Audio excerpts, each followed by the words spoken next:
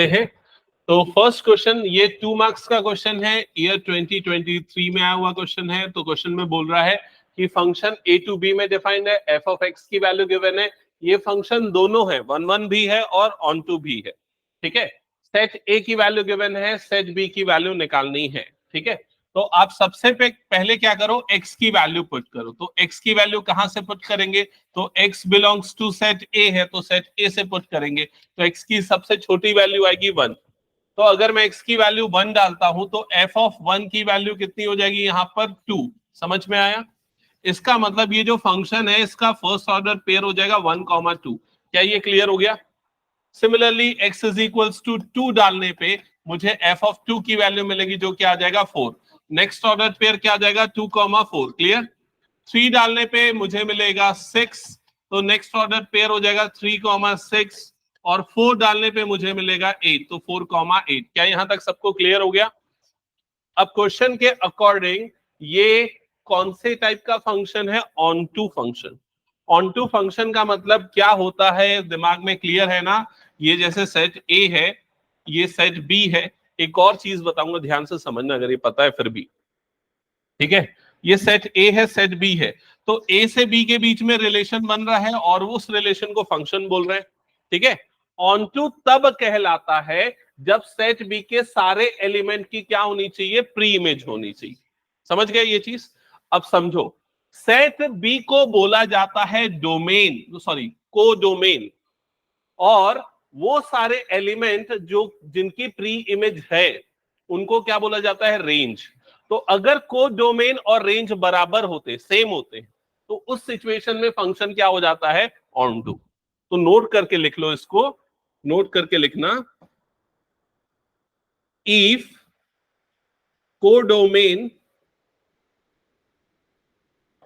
of f is equals to range of f,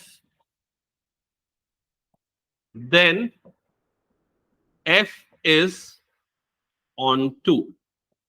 समझ गए? Okay, हाँ तो अब बताओ सेट बी की वैल्यू क्या होगी,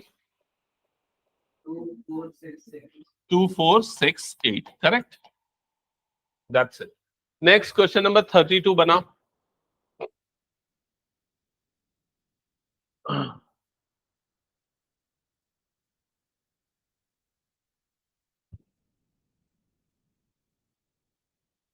ये जो क्वेश्चन नंबर 32 दिख रहा है, ये मेरे ख्याल से 5 नंबर का क्वेश्चन है। हाँ शायद 5 नंबर का क्वेश्चन है। ठीक है, रिलेशन डिफाइन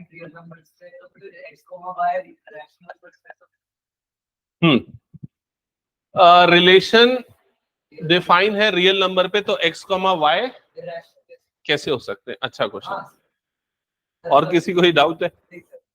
नहीं है ना डाउट? तो रियल नंबर जो है वो रैशनल भी होते हैं और इरैशनल भी होते हैं। इरैशनल मतलब √2 √3, ये इरैशनल नंबर होते हैं। ठीक है, तो ये भी रियल नंबर का पार्ट होता है। ओके, तो क्वेश्चन में आपको रिलेशन आर गिवन है, तो नोट करना क्या क्या चीजें नोट डाउन करोगे, यहां पर मैं आपको बता देता हूं। सबसे पहले ये लिखोगे कि R on set R, R on set R. इसका मतलब क्लियर है ना सबको? इसका मतलब होता है रिलेशन जो है आर वो रियल टू रियल में डिफाइन है। ओके, फिर उसके बाद रिलेशन का ये वाला डेफिनेशन जो क्वेश्चन में लिखा वो नोट कर लो। R is a set of all x, y such that x into y is a rational number। ठीक है, अब देखो 5 नंबर का क्वेश्चन है तो आपको लिखने का तरीका बहुत इंपॉर्टेंट होगा, तब पूरे मार्क्स मिलेंगे। तो सबसे पहले रिफ्लेक्सिव के लिए चेक करना है, तो आप यहां पर पहले मेंशन करोगे for reflexive relation, for reflexive relation condition क्या होती है वो लिखोगे। कंडीशन ये होती है फॉर ऑल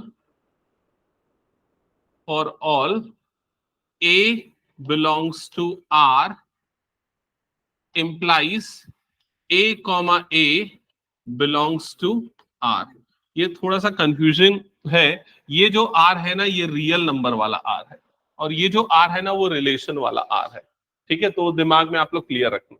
ठीक है, तो ये होती है रिफ्लेक्सिव की कंडीशन। अब रिफ्लेक्सिव है या नहीं हम कैसे चेक करेंगे, तो देखते हैं यहां पर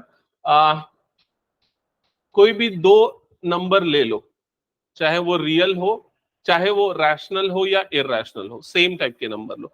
जैसे अगर मान लो मैं एक नंबर लेता हूं 1, 1,1 है ना, ये रिलेशन आर से बिलोंग करेगा कि नहीं ये चेक करो।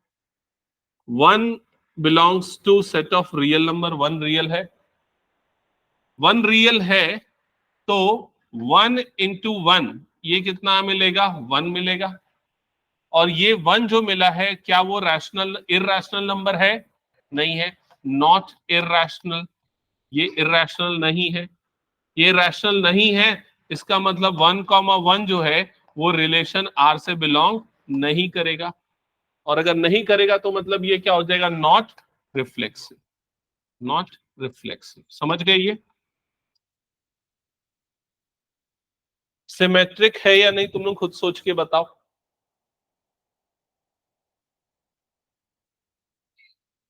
एग्जाम्पल बताओ।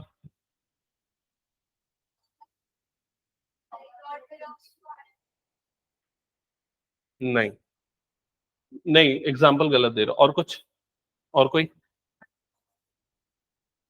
1,1,2 रिलेशन से बिलोंग करेगा।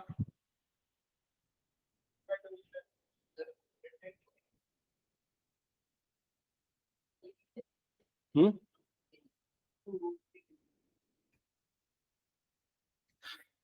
ओके, चेक करो इधर पे। देखो इररेशनल होना चाहिए, तो अगर तुम लोग एग्जांपल लेते हो 1,2 का, तो 1,2 तो रिलेशन से बिलोंग ही नहीं करेगा। क्यों नहीं करेगा? क्योंकि 1 इंटू 2 इररेशनल नहीं होता है। समझ गए? तो अगर आपको सिमेट्री की कंडीशन चेक करनी है तो आप सिमेट्री का डेफिनेशन बताओ। फॉर सिमेट्री बताओ क्या होती है definition. A comma B belongs to R implies B comma A belongs to R। तो आप पहले ऐसा एग्जांपल लो जो रिलेशन से बिलोंग करे। अगर 1,2 लेते हो तो रिलेशन से बिलोंग ही नहीं कर रहा है। समझ रहे हो? तो आप कोई ऐसा एग्जांपल लो जो रिलेशन से बिलोंग करे और फिर चेक करो कि ये बिलोंग करेगा क्या। √2 इंटू √3 अगर मैं लेता हूं तो √2 इंटू √3 कितना होता है, ये √6, जो रिलेशन आर से बिलोंग करेगा, है ना। तो इसका मतलब मैं ये बोलना चाह रहा हूं कि √2 कॉमा √3 बिलोंग्स टू आर। ठीक है, एंड सिमिलरली √3 कॉमा √2 भी रिलेशन आर से बिलोंग करेगा। लेकिन क्या ये हर सिचुएशन में ट्रू होगा, ये बताओ। तो कौन सी सिचुएशन में ट्रू नहीं होगा वो बताओ।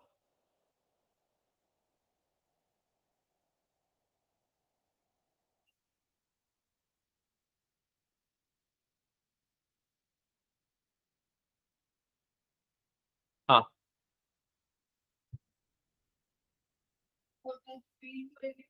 करेक्ट, ये सिमेट्रिक होगा, ये हर सिचुएशन में ट्रू होगा। क्योंकि अगर a इंटू बी इरेशनल है तो b इंटू ए हमेशा इरेशनल ही होगा। क्या फर्क पड़ जाएगा उससे? समझ में आ रहा है कि नहीं ये चीज? ठीक है, तो इसका मतलब ये सारी सिचुएशन के लिए ट्रू होगा। तो लेकिन इसको आप एग्जाम्पल देके नहीं लिख सकते। तो कैसे लिखेंगे इसको? हम लिखेंगे if a into B is irrational, is irrational, ठीक है, then a comma B belongs to R, वो रिलेशन आर से बिलोंग करेगा। Also b into A will be irrational, तो b इंटू ए भी इरेशनल होगा। और अगर ये भी इरेशनल होगा तो मतलब b कॉमा ए भी रिलेशन आर से बिलोंग करेगा। समझ में आई ये चीज? और अगर ऐसी सिचुएशन है तो हम इसको क्या बोलेंगे, ये सिमेट्रिक रिलेशन है। क्या ये समझ में आया सबको? ये बहुत इजी क्वेश्चन है और आप लोग इसको अगर गलत बनाओगे तो मार्क्स वेस्ट हो जाएंगे। ट्रांजिटिव सोचो सभी, 5 नंबर का क्वेश्चन है। ट्रांजिटिव होगा ये बोल रहा है, और बाकी लोग भी सोचो ट्रांजिटिव होगा या नहीं। ट्रांजिटिव की कंडीशन क्या होती है पहले मैं यहां लिख देता हूं। और ट्रांजिटिव, अगर a comma B belongs to R है, b comma C belongs to R है, it implies a comma C belongs to R.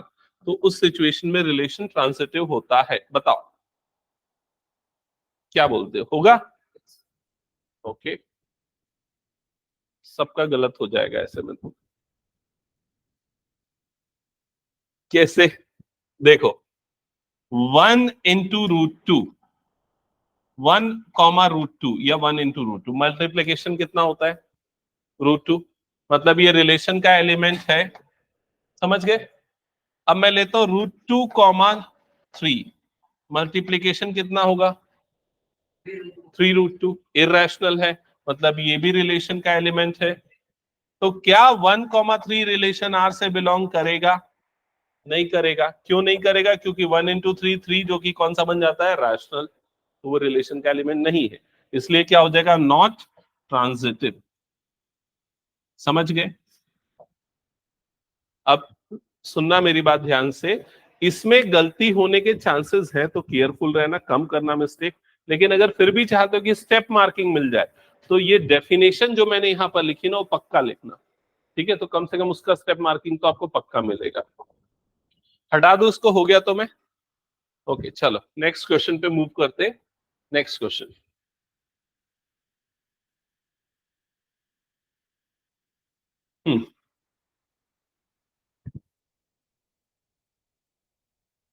ये सामने क्वेश्चन दिख रहा है, चेक करो। फंक्शन एफ गिवन है और ये फंक्शन का, ये चीजें नोट डाउन करनी है। फंक्शन एफ, ये फंक्शन का ये डोमेन और ये को डोमेन। ये फंक्शन की डेफिनेशन, ये चीज भी नोट डाउन कर लो, ठीक है? अब इसमें अच्छी चीज क्या है, इसमें शो करना है कि ये फंक्शन कैसा है, ऑन टू है, बट नॉट 1, 1।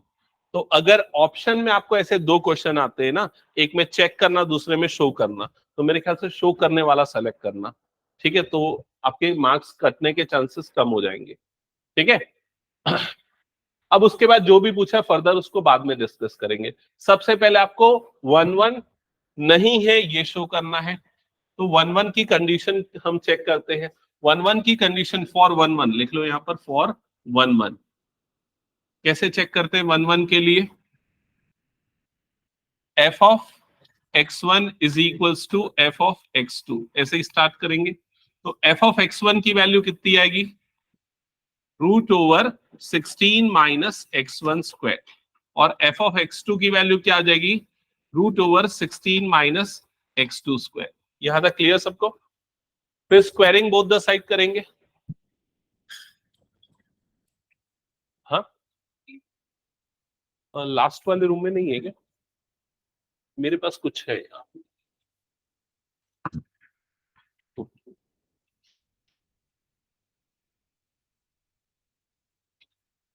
हाँ, सिंप्लीफाई किया सबने, स्क्वायरिंग करोगे तो यह आ जाएगा 16 माइनस x1 स्क्वायर, यह आ जाएगा 16 माइनस x2 स्क्वायर। 16 16 भी कटेगा, माइनस माइनस भी कट जाएगा, तो x1 square is equals to क्या आ जाएगा? x2 square. इसके बाद आपको दो चीजें मिलेंगी, x1 is equals to x2 और x1 is equals to minus x2। Clear ये चीज? ठीक है?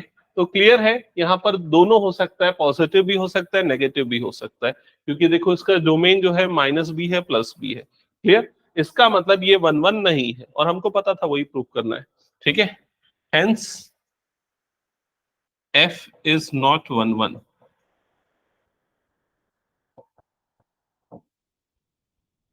यहां तक क्लियर? ऑन टू के लिए बताओ कैसे स्टार्ट करें? हाँ, y is equals to f(x), तो आ जाएगा y is equals to f(x). Clear है यहां तक सबको? तो y is equals to f(x) के प्लेस पे क्या पुट करेंगे?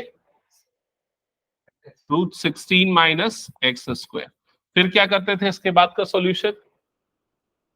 x की value in terms of y निकाल के बताओ क्या आएगा? 16 माइनस x2 ऐसा हो जाएगा, x2 इधर y2 उधर, तो x2 is equals to 16 minus y2, x is equals to 16 minus y2, plus minus में आएगा, है ना? रूट ले लेंगे तो। अब ये चेक करते हैं कि अगर मैं y की वैल्यू, इसके बाद क्या करते हैं याद है ना, y की वैल्यू पुट करते हैं, कहां से पुट करते हैं, कोडोमेन से। कोडोमेन यहां पर क्या है, 0 से 4। तो अगर मैं y की वैल्यू 0 रखूंगा तो x की वैल्यू कितनी आएगी, +-4। और अगर मैं y की वैल्यू मैक्सिमम 4 रखता हूं तो x की वैल्यू कितनी आएगी, 0। तो मतलब x की जो वैल्यू है उसके डोमेन से बिलोंग कर रही है। तो यहां पर मैं लिखूंगा for all y belongs to 0,4 implies x belongs to -4,4। ठीक है, हेंस f is on 2। तो इसलिए f जो है on 2 है। ये भी 2023 का क्वेश्चन था, 5 मार्क्स का वेटेज था, और यहां तक सॉल्व करने का आपको 4 मार्क्स मिलेगा। लास्ट जो 1 मार्क बचा है उसके लिए देखो एक आपको चीज पूछा है, क्या पूछा है, f of a is equals to √7। ठीक है, तो पॉसिबल वैल्यूज ऑफ a आपको बताना है। चलो बताओ कैसे सॉल्व करोगे last part. f of x जो आपको दिया हुआ है ना, f of x आपको क्वेश्चन में दिया हुआ √16 - x²। इसमें पुट कर देना x की जगह पे a। समझ में आया, x की जगह पे a डालोगे तो f of a is equals to कितना हो जाएगा, √16 - x²। क्या यहाँ, सॉरी 16 - a², ऐसा हो जाएगा। x की जगह पे a डाला हमने। अब f of a की वैल्यू कितनी है, √7। तो इसकी जगह पे आ जाएगा √7 इज इक्वल्स टू √16 - a²। यहां तक क्लियर। अब a की वैल्यू निकालने के लिए स्क्वायरिंग करोगे दोनों तरफ, तो 7 इज इक्वल्स टू 16 - a²। ठीक है, a² की वैल्यू कितनी आ जाएगी, 9। तो a² इज इक्वल्स टू आ गया 9। तो a की वैल्यू क्या मिलेगी, +-3। समझ में आया? अब ये बताओ +3 -3 दोनों वैल्यू हो सकती है या सिर्फ एक, दोनों हो सकती है। क्योंकि यहाँ पर a जो है वो x की वैल्यू, मतलब उसके डोमेन से बिलोंग करता है, और उसका डोमेन में -4 से +4 के नंबर है, मतलब दोनों आंसर्स करेक्ट है। क्लियर सबको ये चीज, तो हटा दो, हो गया तो सबका ये, हाँ नोट कर लो।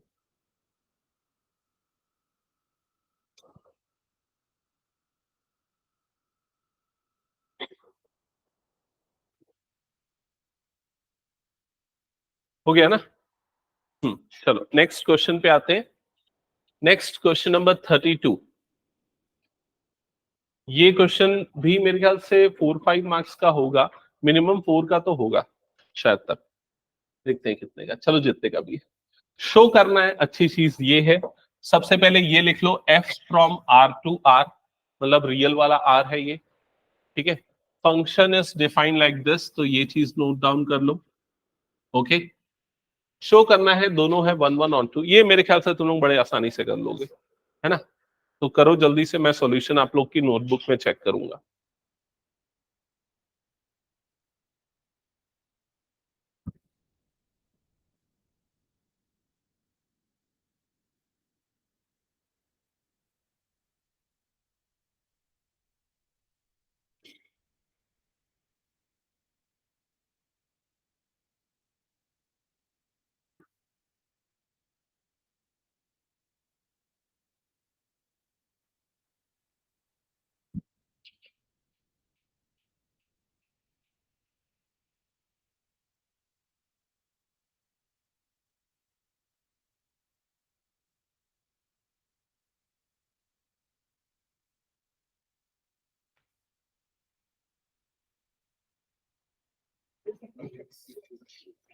देखा पेन भाई, f ऑफ x1 डाला ना तो यहाँ पर x1 आ जाएगा, ये f नहीं आएगा, आप समझा।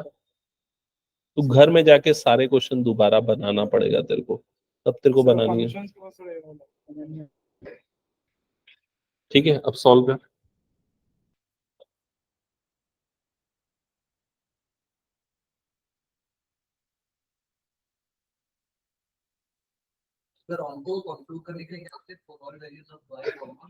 y belongs to that codomain, जो भी उसका कोडोमेन है।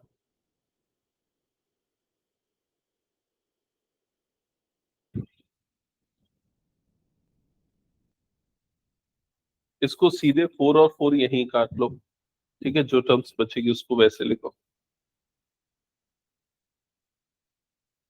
हाँ, अब इसके बाद लिखोगे फॉर ऑल का सिंबल, ठीक है, y बिलोंग्स टू, इससे बिलोंग कर रहा है real, implies, hence f is on to.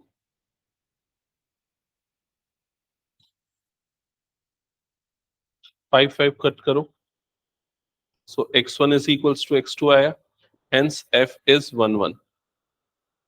ठीक है, अंशिका नोटबुक शो करो। ठीक है, इसके बाद कैसे लिखोगे बताओ। हाँ चलो लिखो, उसको मुझे शो करना। करेक्ट है। चलो नेक्स्ट क्वेश्चन बनाओ, जिनका हो गया नेक्स्ट क्वेश्चन बनाओ।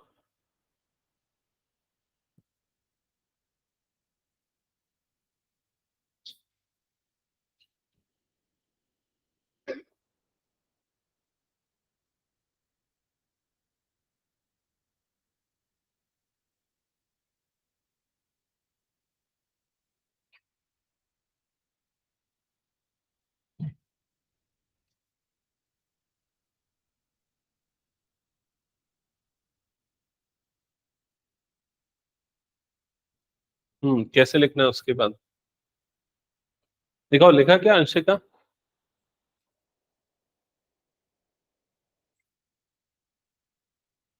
नहीं ऐसा नहीं लिखना है, आपको जनरलाइज्ड आंसर लिखना है। मैं पिछले क्वेश्चन में देखो बताया था, क्या बताया था, कैसे बताया था, चेक करो, लास्ट वहां पर देख रहा है, for all y belongs to, जो उसका को डोमेन है वो लिखो। तो यहाँ पर को डोमेन क्या है, r है, set of all real number, implies x belongs to, ये जो चीज मैं बोल रहा हूं ना, आपको ऑन टू प्रूफ करने के लिए ये लिखना ही पड़ेगा, है ना। यहाँ पर ये y बिलोंग्स टू जो भी उसका को डोमेन है वो लिखो, इंप्लाइज x बिलोंग्स टू जो उसका डोमेन है वो लिखो। क्लियर ये चीज, तो अभी वाले क्वेश्चन में दोनों आर है, तो दोनों जगह पे आर आएगा, ठीक है। चलो कंप्लीट करो उसको, और जिनका हो गया वो नेक्स्ट क्वेश्चन चालू करो। तो अगर ये दो क्वेश्चन आपके पास ऑप्शन में आए तो कौन सा सेलेक्ट करना चाहिए, क्यों नीचे वाला, ऊपर वाले में शो करना है, नीचे वाले में तो चेक करना है क्या। अच्छा नीचे वाले में भी शो करना है, हाँ ठीक है, दोनों में शो करना है। कोई भी एक अभी तो दोनों करना पड़ेगा, ठीक है। हम्म ये 5 कहाँ से आ गया इधर पे, देखिए इधर क्रॉस मल्टीप्लाई करेगा तो क्या हो जाएगा, 4y is equals to 5x-3, -3 उधर जाएगा तो 4y+3 इज इक्वल्स टू कितना बनेगा, 5x। तो x की वैल्यू कितनी आ जाएगी, 4y+3/5। समझ में आई ये आ गया x। अब लिखेगा for all y belongs to, तो फंक्शन किस पे डिफाइंड है, इस पे, तो r इससे बिलोंग करना चाहिए, तो for all y belongs to r implies x belongs to r, x इससे बिलोंग कर रहा है, hence f is on to।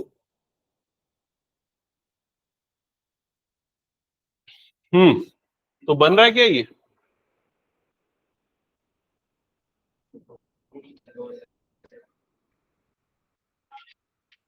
मैं बना के बताऊं। चलो इधर पे देखो, सबसे पहले क्या क्या चीजें आपको क्वेश्चन में नोट डाउन करके रखनी है। सबसे पहले तो ये कि R is the relation on set n cross n। तो रिलेशन R जो है वो किस पे डिफाइंड है, n क्रॉस n पे, मतलब n क्रॉस n उसका डोमेन है, और उसका रेंज, उसका को डोमेन भी क्या है, n क्रॉस n। समझ गए, जैसे कभी ऐसा लिखता है R ऑन सेट A, तो मतलब ये होता है R जो है वो A से A पे डिफाइंड है, इन दोनों सेट्स पे, यहाँ n क्रॉस n इसलिए n क्रॉस n आएगा। समझ गए ये, फिर उसके बाद ये रिलेशन लिखोगे, ये वाला पार्ट लिखोगे, ठीक है। इसका मतलब मैंने पिछली क्लास में बताया था तुम लोगों को, अगर ऐसा लिखा है A, B R C, D, इसका मतलब ये उसका प्री इमेज है और ये उसका इमेज है, ठीक है। तो इसको लिखने का एक और तरीका होता है, ये डबल इम्प्लीकेशन साइन है, इसको ऐसा लिखेंगे A comma B comma C comma D belongs to R. समझ में आई ये चीज? वो A B belongs to R है, तो ए की जगह ए बी मतलब ऑर्डर पेयर आएगा, यहां पर भी ऑर्डर पेयर। समझ गया ना ये चीज?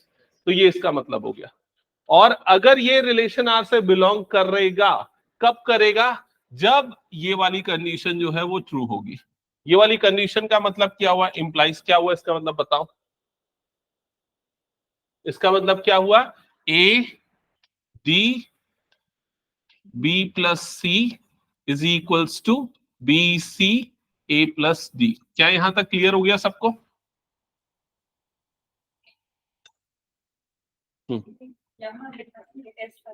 ज्यादा हो गए क्या बच्चे? और सारे रूम फुल है क्या? बैठा दो,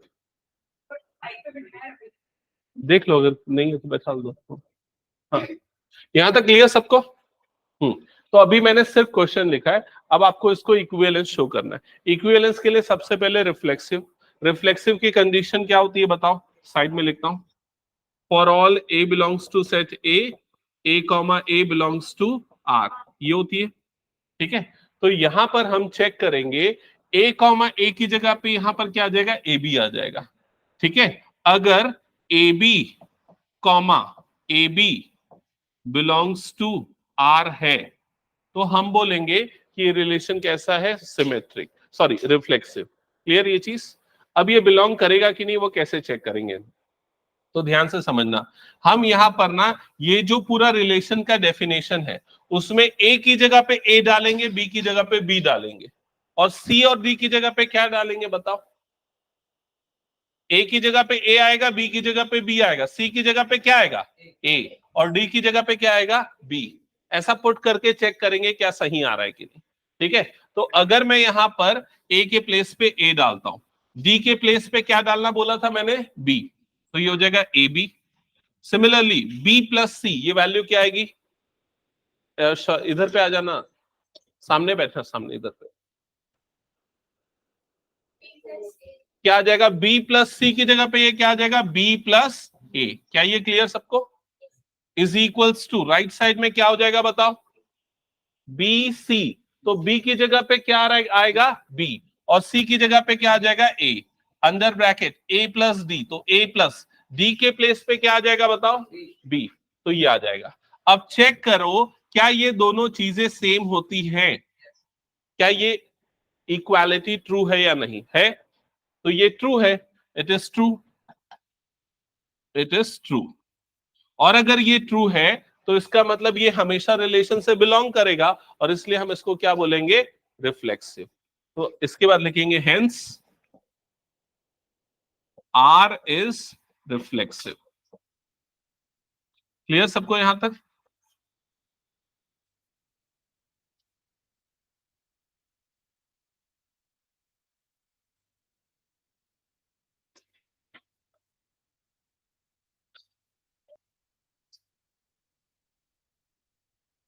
नेक्स्ट स्टार्ट करते हैं सिमेट्रिक की कंडीशन। रिफ्लेक्सिव हो गया ना सबका? सिमेट्रिक की कंडीशन क्या है पहले बताओ? A comma B belongs to R implies B comma A belongs to R, ये है। तो यहां पर कैसे चेक करेंगे? यहां ए बी नहीं है, यहां ए बी सी डी है। तो यहां पर हम देखेंगे let A B comma C D belongs to R. हमने अज्यूम किया कि A B comma C D belongs to R है। अगर ये रिलेशन आर से बिलोंग करता है तो इसका मतलब ये वाली जो डेफिनेशन हमने लिखी थी रिलेशन की, ये ट्रू होगी, ये वाला पार्ट है ना। तो यहां पर हम क्या लिखेंगे? A D B plus C is equals to B C A plus D. क्या यहां तक क्लियर हो गया सबको? अब सिमेट्रिक के लिए इन दोनों को इंटरचेंज करना पड़ेगा, है ना। इन दोनों को इंटरचेंज करना पड़ेगा, मतलब सी डी पहले आना चाहिए और ए बी बाद में आना चाहिए। क्लियर हो गया ये चीज सबको? तो इसका मतलब ए को किससे रिप्लेस करना है? सी से, और बी को किससे रिप्लेस करना है? डी से। तो यहां पर वो करो, ए को किससे रिप्लेस कर दो, सी से, और बी को किससे रिप्लेस कर दो, डी से। तो ये क्या बन जाएगा, सी डी, ब्रैकेट के अंदर बी प्लस सी, तो बी किससे रिप्लेस हो जाएगा, डी से, और सी किससे रिप्लेस हो जाएगा, ए से। तो ये क्या बन जाएगा, डी प्लस ए। क्या ये क्लियर हुआ सबको? राइट साइड की टर्म बताओ क्या क्या आएंगी, बी सी, बी किससे रिप्लेस हो रहा है, डी से, और सी किससे रिप्लेस हो रहा है, ए से। तो ये कितना बन जाएगा, डी ए। और वैसे ही ए प्लस डी क्या बन जाएगा, सी प्लस बी। तो ये बन जाएगा सी प्लस बी, है ना। अब चेक करो, नहीं आएगा समझ में?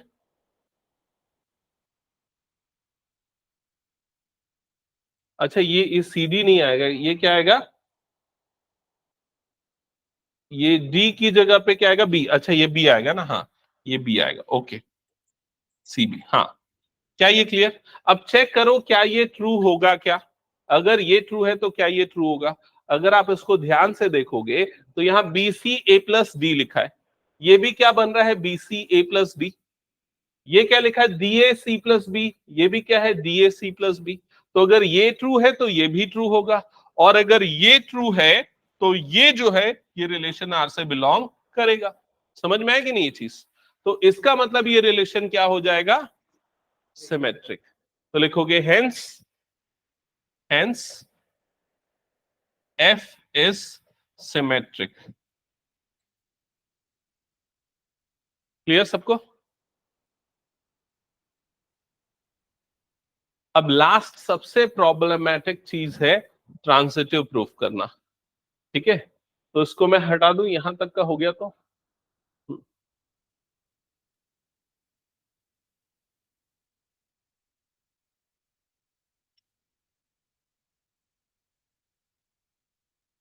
तो ट्रांजिटिव के लिए ना सबसे पहले कंडीशन लिख लो ताकि आपको दिमाग में क्लियर है करना क्या है। क्या कंडीशन है, A B belongs to R, B C belongs to R, implies AC belongs to R, then we can say that the relation is transitive. Okay, तो चेक करने के लिए हम वैल्यूज कैसे लेंगे, ध्यान से समझना। ये थोड़ा सा टाइम टेकिंग होगा, 5 मार्क्स का क्वेश्चन इसीलिए है ना। तो सबसे पहले हम ये ले लेते हैं कि A comma B, C comma D belongs to R। हमने ये मान लिया कि A B C D relation से बिलोंग करते। अगर ये रिलेशन से बिलोंग करते हैं तो ये वाली डेफिनेशन ट्रू होगी। तो लिख लो इसको, क्या आ जाएगा यहाँ पर, A D B plus C plus B C A plus D. Okay, यहां तक क्लियर सबको? कॉपी मत करना, समझ के लिखना, बहुत इंपॉर्टेंट पार्ट है, मैं बता रहा हूं। अब ये बिलोंग कर रहा है, अब अगला मैं ऑर्डर पेयर लूंगा, क्या लूंगा बताओ? अभी ए बी लिया, बी सी लिया, अब क्या लूंगा, बी सी, और उसके बाद अगला एलिमेंट ले लूंगा, क्या लूंगा, नहीं, ए बी सी डी लिया ना, तो अब क्या लूंगा, C D E F, C D और यहां क्या लूंगा, E F belongs to R, ये मानूंगा। तो बताओ ये रिलेशन क्या बनेगा? हाँ,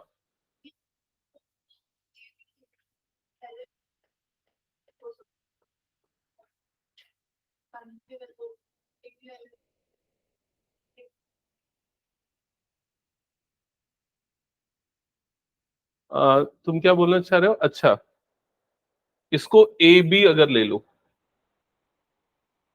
नहीं, ऐसा नहीं ले सकते। क्यों नहीं ले सकते? क्योंकि ना अगर मैं वैसा लेता हूं तो उसके हिसाब से ये सिमेट्रिक प्रूफ कर रहा हूं मैं, और ये बताना चाह रहा हूं कि हर वो रिलेशन जो सिमेट्रिक है वो ट्रांजिटिव भी होगा, वो गलत हो जाएगा।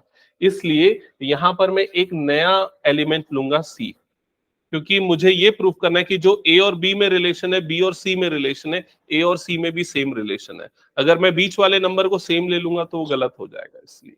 ठीक है, हाँ। तो सी डी और ई एफ अगर मैं लेता हूं तो बताओ रिलेशन क्या बनेगा, ये ए की जगह सी, बी की जगह पे डी, सी की जगह पे ई, और डी की जगह पे एफ आएगा, ऐसे ही आएगा। लिखो और बताओ क्या क्या आएगा, सी एफ ब्रैकेट के अंदर D plus E correct, D plus E is equals to, ये इज इक्वल्स टू है, sorry, is equals to BC, तो यहां पर आ जाएगा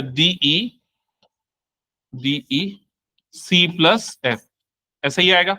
यहां तक क्लियर? ओके, अब ये पूरा हो गया। अब मुझे प्रूफ करने के लिए देखो क्या करना है, मैं थोड़ा सा रफ वर्क करता हूं, ठीक है, ध्यान से समझना। अगर मुझे प्रूफ करना है ये ट्रांजिटिव है, तो यहां पर मेरे पास आना चाहिए कि ए बी कॉमा EF, ये भी रिलेशन R से बिलोंग करना चाहिए, तब हो जाएगा ये ट्रांजिटिव। और ABEF रिलेशन R से कब बिलोंग करेगा? जब उसके लिए ये वाली कंडीशन ट्रू होगी। और उसके लिए ये वाली कंडीशन क्या होगी? ए ई, है ना, AE under bracket B plus C है, तो यहां पर क्या आ जाएगा? B plus E। ये किसके इक्वल होना चाहिए? BC। BC मतलब क्या हो जाएगा? BE under bracket A plus F। कहां पर? ये वाला, अच्छा ये AF होगा। हाँ हाँ, अगर ये इक्वेशन आई तो हम बोल सकते हैं कि ये रिलेशन से बिलोंग करता है और ये क्या हो जाएगा? ट्रांजिटिव। ओके, तो चलो कैसे प्रूव करेंगे, तो ध्यान से समझना। हमें इन दोनों इक्वेशन को यूज करना है और ये वाली इक्वेशन लानी है। तो अगर आप ऑब्जर्व करोगे, जो हमें इक्वेशन लानी है उसमें C और D है ही नहीं, उसमें सिर्फ क्या है? AB है और EF है। तो इन दोनों को ऐसे यूज करना है कि C और D इसमें से हट जाए। तो कैसे हटाएंगे C और D? तो उसके लिए थोड़ा सिंप्लीफिकेशन करता हूं मैं, यहां पर ध्यान से समझना। ये फर्स्ट ये फर्स्ट वाली इक्वेशन को मैं लेता हूं पहले फिर से। AD B plus C is equals to BC A plus D, ऐसा ले लिया मैंने। क्लियर? अब एक काम करता हूं, ये वाली जो टर्म है इसको क्रॉस मल्टीप्लाई करके उधर भेजता हूं, BC वाली टर्म को क्रॉस मल्टीप्लाई करके इधर भेजता हूं। तो लेफ्ट साइड में क्या हो जाएगा बताओ? B plus C upon BC। Right side में क्या हो जाएगा? A plus D upon AD। क्या ये समझ में आया सबको? अब इसको अलग अलग कर लेते हैं, मतलब B upon BC plus C upon BC, और राइट साइड में A upon AD plus D upon AD। क्या ये समझ में आया? ऐसा करने से यहां से B और B कट जाएगा, यहां से C और C कटेगा, यहां से A और A कटेगा, यहां से D और D कटेगा। तो यहां क्या बच जाएगा? 1 upon C plus 1 upon B is equals to 1 upon D plus 1 upon A, यही बचेगा। अब मैंने क्या बोला? मुझे क्या हटाना है? C और D को हटाना है। तो C और D वाली टर्म को मैं एक तरफ रखता हूं, तो C और D वाली टर्म ये है, तो उसको इधर भेज देता हूं, और ये B वाली टर्म को इधर। तो 1 अपॉन C प्लस, प्लस नहीं, क्या हो जाएगा ये? Minus 1 upon D is equals to क्या हो जाएगा? 1 upon A minus 1 upon B, ऐसा मिलेगा मुझे। तो ये मुझे जो मिला है, ये किस इक्वेशन को लेके सॉल्व करने से मिला है? इक्वेशन नंबर 1 को लेके। समझ में आया? अब थोड़ा सा दिमाग लगाओ और बताओ, अगर सेम चीज मैं इक्वेशन नंबर 2 के साथ करता तो मुझे क्या मिलता? ऐसा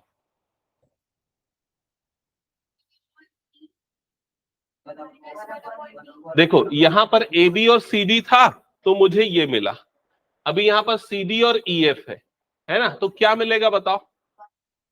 bye equation 2, similarly by equation 2, हाँ, 1 upon E minus 1 upon F is equals to 1 upon C minus 1 upon D, ऐसा ही मिलता। समझ गए? तो सिमिलर वे में इक्वेशन 2 को सॉल्व करने पे ये मिलता। पूरा करने की जरूरत नहीं, सिमिलरली हमने लिख दिया। ओके, अब चेक करो, ये जो आपको इक्वेशन 3 और इक्वेशन 4 मिला है, तो इक्वेशन 3 और इक्वेशन 4 में 1 upon C 1 upon D minus 1 upon D इसके इक्वल है, और ये इसके इक्वल है। समझ में आ रहा है? तो by 3 and 4, by equation 3 and 4 आप क्या लिख सकते हैं बताओ? 1 upon A minus 1 upon B is equals to 1 upon E minus 1 upon F। समझ में आई ये चीज? मतलब ये वाला पार्ट और ये वाला पार्ट भी आपस में क्या हो जाएगा? इक्वल। क्लियर? अब अगर मैं इसको सिंप्लीफाई करता हूं फिर से, वो एलसीएम एलसीएम लेके जैसे पुराना किया था वैसे सॉल्व, तो इधर पे क्या हो जाएगा, ये b minus A upon A B, इधर पे ये क्या हो जाएगा f माइनस ई अपॉन, नहीं नहीं ऐसा नहीं करते, रुको रुको रुको, ऐसा मत करो, पहले पॉजिटिव बनाओ फिर सिंप्लीफाई करो, समझ रहे हो। अब हम उल्टे प्रोसेस पे जाएंगे, तो पॉजिटिव बनाने के लिए मुझे क्या करना पड़ेगा, वन अपॉन बी को इधर और वन अपॉन एफ को इधर, समझ गए ना। तो लेफ्ट साइड में क्या हो जाएगा, one upon A plus one upon F, right side में हो जाएगा one upon E plus one upon B. क्या ये क्लियर सबको। एलसीएम लेने पे क्या आएगा बताओ, ये ए एफ, और ये ऊपर में क्या बनेगा F plus A, right side में क्या आ जाएगा ये बीई, और ये क्या बन जाएगा B plus E, cross multiply करो तो B E into F plus A, right side में क्या बनेगा A F into B plus E. क्या ये समझ में आया सभी को, चेक करो। तो ये दोनों चीजें आपस में इक्वल आई, और यही हमको लाना था, देखो यहां पर B E A plus F is equals to A F B plus C आ गया। और अगर ये आया तो मतलब हम क्या बोल सकते हैं, हम बोल सकते हैं A comma B comma E comma F belongs to R, hence R is transitive. समझ गए। उस इक्वेशन को पहले ही सिंपलीफाई करके उससे इक्वेट कर देते हैं, ये वाले को तो भी चलता, हाँ, लेकिन मैं बोला ये मैंने रफ वर्क लिया है, आपको उसके लिए सिस्टमेटिक लिखना पड़ेगा, ठीक है, या फिर ऐसा पूरा करो, रफ वर्क में ये लिख लो और उसको सॉल्व करो। प्रोसेस समझ में आ गया ना। और ये मैं बता रहा हूं ये बहुत इंपॉर्टेंट क्वेश्चन है, कई बार आया हुआ क्वेश्चन है, ये 23 का पेपर मैंने लिया है, उसके पहले भी और कई साल आया हुआ है। तो जो मैं आप लोगों को बोलता था कि इसके 5 मार्क्स के क्वेश्चन आते हैं इस टॉपिक के, समझ गए ना कैसे क्वेश्चन पूछेगा वो। कुछ बचा है क्या नोट करना, कर लो जल्दी से फिर मैं इरेज करता हूं।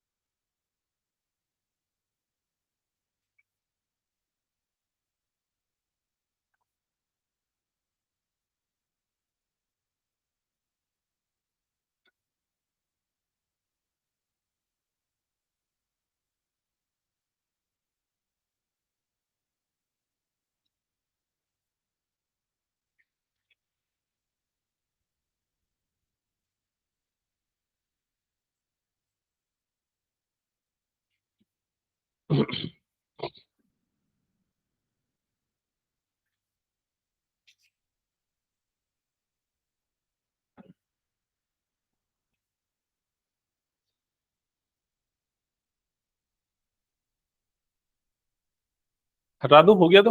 यस कुछ बच गया तो बाद में नोट कर लेना पीडीएफ से, मैं अभी फिलहाल इसको इरेज कर रहा हूं। ओके, सो अब आते हैं इसी क्वेश्चन के दूसरे ऑप्शन पे, तो ये इसका सेकेंड ऑप्शन है और ये फंक्शन का क्वेश्चन है, ठीक है। हम्म तो यहां पर इस क्या क्या चीजें आपको नोट डाउन करनी है, ये चीज नोट डाउन करना है, इस फंक्शन का डोमेन और कोडोमेन क्या है, इस फंक्शन की डेफिनेशन क्या है, ओके, और क्या शो करना है कि f कैसा है, वन वन, वन वन है, आपको चेक करना है, शो करना है, और चेक करना है कि ये ऑन टू है या नहीं, ओके। तो वन वन तो कर लोगे प्रूफ, ठीक है, छोड़ दूं क्या, वन वन होमवर्क दे दूं क्या। स्टेप तो याद है ना, F of X one is equals to क्या करना है हमको, F of X two, and solve करने के बाद फिर हमारे पास आना चाहिए X one is equals to X two. Check करते हैं कि ऑन टू है या नहीं। तो ऑन टू चेक करने का प्रोसेस कहां से स्टार्ट होता है, y is equals to F of X से। तो यहां पर y is equals to F of X की जगह पे पुट होगा 4x अपॉन 3x प्लस 4, ठीक है। जल्दी जल्दी सिंप्लीफाई करो और बताओ x की वैल्यू y के टर्म्स में क्या आएगी।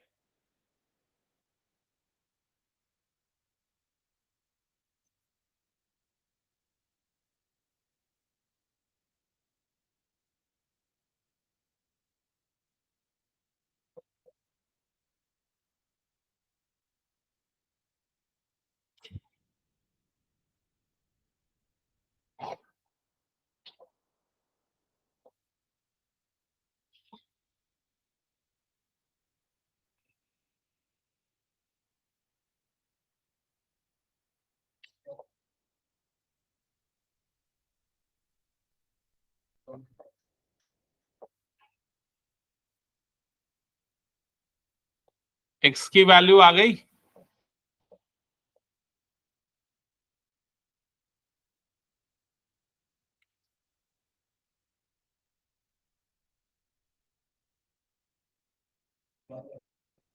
ये आया क्या x का वैल्यू? लावण्य बना? हाँ, ये सब मेरे से अभी डिस्कस मत करो, डिस्टर्ब मत करो। हाँ, ये क्लियर सबको? इसके बाद क्या करना है बताओ? ऑन टू चेक करने के लिए आप क्या करोगे? y की वैल्यू पुट करोगे। किससे पुट करोगे y की वैल्यू? कोडोमेन से। तो इसका कोडोमेन क्या है? Set of all real numbers. So y belongs to r, ठीक है, for all y belongs to r। x belongs to codomain और नॉट, चेक करो x बिलोंग्स टू r होगा या नहीं, बताओ।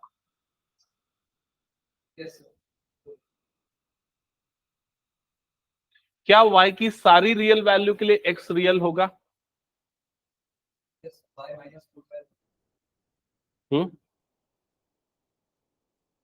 y की वैल्यू हम कहां से रख रहे हैं? y की वैल्यू हम कहां से रख रहे हैं?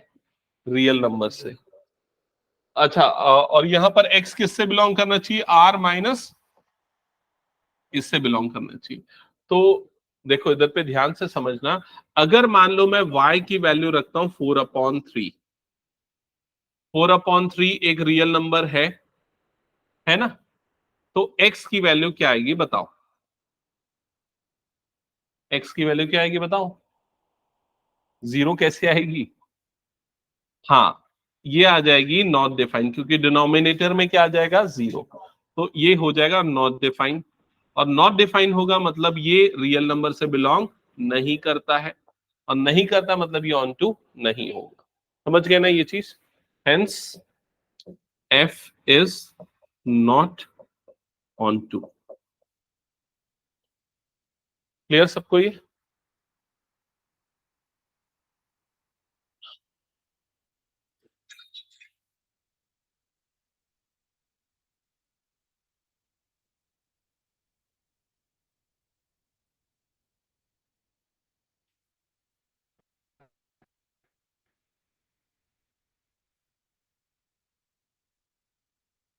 हटा दूं? हो गया तो सुमांशु समझ में आ रहा है ना?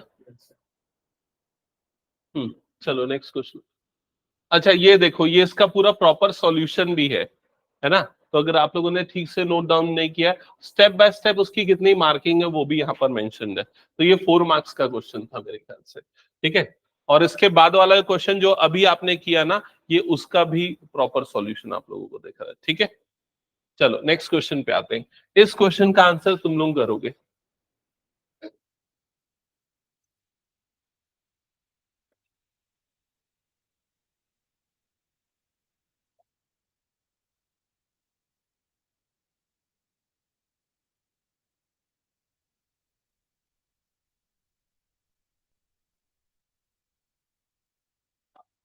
और जो भी आंसर उसको लिखो, कौन कौन से हैं बताओ। अगर बोल रहे हो 2 है तो कौन से 2 रिफ्लेक्सिव रिलेशन है, 4 है तो कौन से 4 रिफ्लेक्सिव रिलेशन है, ये बताना है मुझे।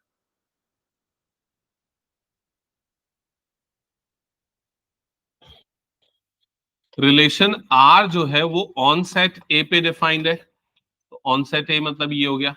तो पहले रिलेशन आर के एलिमेंट, एक काम करते हैं, आपको ये तो पता होगा ना कि जो रिलेशन होता है वो सबसेट होता है किसका?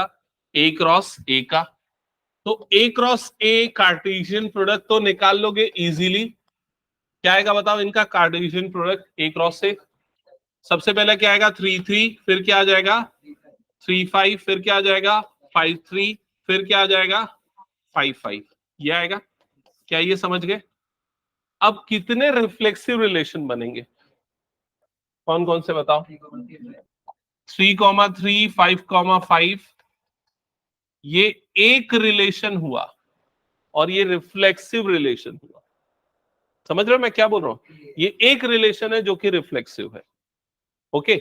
दूसरा रिलेशन और ऐसा बताओ जो रिफ्लेक्सिव हो, तो उसमें क्या आ जाएगा? 3 3, 5 5 तो आना ही चाहिए ताकि वो रिफ्लेक्सिव हो। कुछ और ले लो, तो और क्या ले सकते हैं, 3 5 ले सकते हैं, अभी भी ये क्या हो जाएगा, रिफ्लेक्सिव। समझ गए? और एक रिलेशन बताओ, कुछ हो सकता है क्या जिसके लिए रिफ्लेक्सिव हो, 3 3 5 5 3 5, और क्या ले सकते हैं यहाँ पर 5 3, ये भी ले लिया, अभी भी ये रिफ्लेक्सिव है। और क्या हो सकता है बताओ, ये पूरा लेंगे, इसकी जगह पे 3 3 की जगह पे क्या ले लेंगे 5 3, खत्म कर देंगे। समझ गए ना ये चीज? तो भी ये क्या हो जाएगा, रिफ्लेक्सिव। समझ रहे हो कि नहीं ये चीज? और कुछ हो सकता है क्या? बस अकेले 3 3 को लेंगे तो रिफ्लेक्सिव नहीं होगा। समझ गए ये चीज? तो कितने रिफ्लेक्सिव रिलेशन बने, 4। तो इसका करेक्ट आंसर होगा ऑप्शन बी। समझ गए? खुशबू गेसिंग था कि इसमें था, मैं करता बना था उसके बाद टोटल ले लेता। ओके ऐसा किया था। ओके, बाकी लोग समझ गए ना? अब मैं जो क्वेश्चन बना रहा हूं उससे सिमिलर क्वेश्चन बनने चाहिए आप लोगों से। हटा दूं? चलो नेक्स्ट क्वेश्चन पे आते हैं। हाँ, तो ये क्वेश्चन है केस स्टडी बेस्ड क्वेश्चन, जो कि आया था है 4 मार्क्स के लिए। ठीक है, तो पहले इस केस स्टडी बेस्ड क्वेश्चन को पढ़ लेते हैं, क्या लिखा हुआ है। स्टार्टिंग का ये पैराग्राफ तुम लोग पढ़ो, अनन्या पढ़ेगी, पढ़ो। Organization conduct 5 days after 2 different categories, boys and girls. There were 28 participants in all. All of them finally category 1 and 2 from category 2 were selected for the final race. Ravi forms 2 sets B and G with these participants for his college project. तो starting का उतना ज्यादा important था नहीं, यहां से थोड़ा ज्यादा इंपॉर्टेंट है, ध्यान दो। सेट बी जो है उसके एलिमेंट्स आपको गिवन है, तो ये नोट कर लो। सेट बी के एलिमेंट्स क्या है, B1 B2 B3।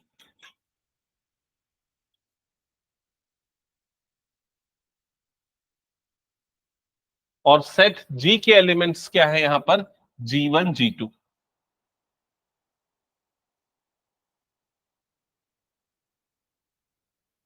ओके, अब क्या लिखा है, where B represents the set of boys, G represents the set of girls. तो ये चीज ध्यान में रखो कि बी स्टैंड्स फॉर बॉयज है, जी स्टैंड्स फॉर गर्ल्स है। ओके ओके, अब सीधे आते हैं क्वेश्चन पे।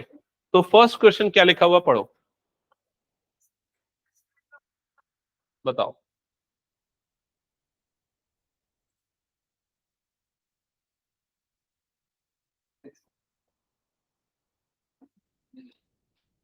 हाँ, क्या, जोर से बोलो। अच्छा, अब जो है ना, आज की क्लास में छोड़ रहा हूं, अगली क्लास में रिवाइज करके नहीं आया तो मैं पनिशमेंट दूंगा। मैं इसका सीधा फॉर्मूला लिखाया हूं। नहीं, मैं इसका सीधा फॉर्मूला लिखाया हूं, और जो डे 1 से ये रिलेशन जो पढ़ रहे थे तभी मैंने सेकेंड या थर्ड क्लास में ही बताया था। समझो, इधर फिर से बता रहा हूं। जैसे बी में मान लो m एलिमेंट्स है, ए में मान लो n एलिमेंट्स है। सुनो ध्यान से सब, बी में अगर m एलिमेंट्स है, ए में अगर n एलिमेंट्स है, तो a इंटू बी में कितने एलिमेंट्स होंगे, क्रॉस प्रोडक्ट में कितने एलिमेंट होंगे बताओ, m इंटू n, इतने एलिमेंट्स होंगे। समझ में आ गया? अब किसी भी सेट के कितने सबसेट बनते हैं, इसको निकालने का सीधा फॉर्मूला है। क्या फॉर्मूला है, 2 की पावर n। तो यहां पर n की जगह ये क्या आ जाएगा, m इंटू n। समझ में आई ये चीज? तो ये फॉर्मूला मैंने नोट करके लिखवाया है तुम लोगों को नोटबुक में, और मैं बोला था इसका क्वेश्चन पूछा जाता है। तो जितने सबसेट बनते हैं उतने रिलेशन बनते हैं, ये मैंने बताया था। ठीक है, तो इसलिए इसका डायरेक्ट आंसर होगा 2⁻³ इंटू 2 मतलब 2⁻6। क्या ये समझ में आ गया? First question. सेकेंड क्वेश्चन में क्या लिखा हुआ है, पढ़ो।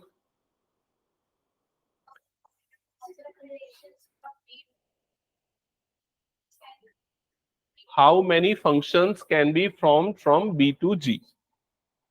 तो B से G में कितने फंक्शंस फॉर्म कर सकते हैं? तो एक काम करता हूं, मैं एरो डायग्राम से समझाने की कोशिश करता हूं। ये B हो गया, ये G हो गया, B के एलिमेंट है B1 B2 B3। जी के एलिमेंट है G1 G2 G3, sorry G1 G2 बस, ठीक है। फंक्शन होने की कंडीशन क्या है? सारे एलिमेंट की इमेज होनी चाहिए और सारे की एक ही इमेज होनी चाहिए। समझ गए ये चीज? तो अगर मैं इसकी इमेज देखना चाहूं तो इसके लिए कितने ऑप्शन है, इसकी कितनी इमेज हो सकती है? 2। तो इसके लिए 2 ऑप्शन। इसके लिए कितने ऑप्शन है? क्यों एक भाई? अगर मान लो ये इसकी इमेज है तो ये भी तो इसकी इमेज हो सकती है ना, भले ये मैनी वन होगा लेकिन ये फंक्शन होगा। समझ रहे हो ये चीज? तो अब B2 के लिए कितने ऑप्शन है? 2। और B3 के लिए कितने ऑप्शन है? 2।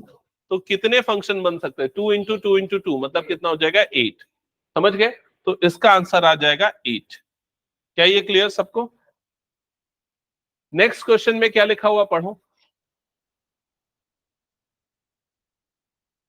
रिलेशन R जो है वो B2B में है और रिलेशन R के एलिमेंट XY होंगे अगर X और Y जो है स्टूडेंट्स है ऑफ सेम जेंडर। ठीक है, तो अगर ये सेम जेंडर वाले लोग हैं तो उस रिलेशन में रहेंगे, नहीं तो नहीं रहेंगे। क्लियर? तो अब क्वेश्चन ये है कि ये रिफ्लेक्सिव होगा या नहीं, बताओ। क्या x, x belongs to R होगा या नहीं होगा? होगा ना। x मतलब एक पर्सन है, मान लो वो मैं हूं, ठीक है, तो वो x, x सेम पर्सन के बारे में बात कर रहा है तो वो सेम जेंडर का होगा, तो इसलिए ये रिफ्लेक्सिव होगा। फिर ये सिमेट्रिक होगा कि नहीं, बताओ। अगर x और y दोनों रिलेशन में है, मतलब दोनों बॉयज हैं, तो y और x भी दोनों रिलेशन में होंगे क्योंकि दोनों बॉयज होंगे। ठीक है, अब ट्रांजिटिव होगा कि नहीं, बताओ। होगा। एक्स वाई बॉय है, वाई जेड भी बॉय है, तो एक्स जेड भी बॉयज का सेट होगा। ठीक है, तो मतलब ये इक्विवेलेंस रिलेशन होगा। समझ गए ना ये? ओके, लास्ट पार्ट पे आते हैं। यहां पर आपको एक फंक्शन दिया है B2G और इस फंक्शन के एलिमेंट C हैं। चेक करना है ये बाइजेक्टिव है या नहीं। सबसे इजी क्वेश्चन 2 मार्क्स के लिए पूछा है इसमें। बाइजेक्टिव मतलब 1 1 ऑन 2 दोनों होना चाहिए। तो 1 1 है या नहीं पहले ये देखो।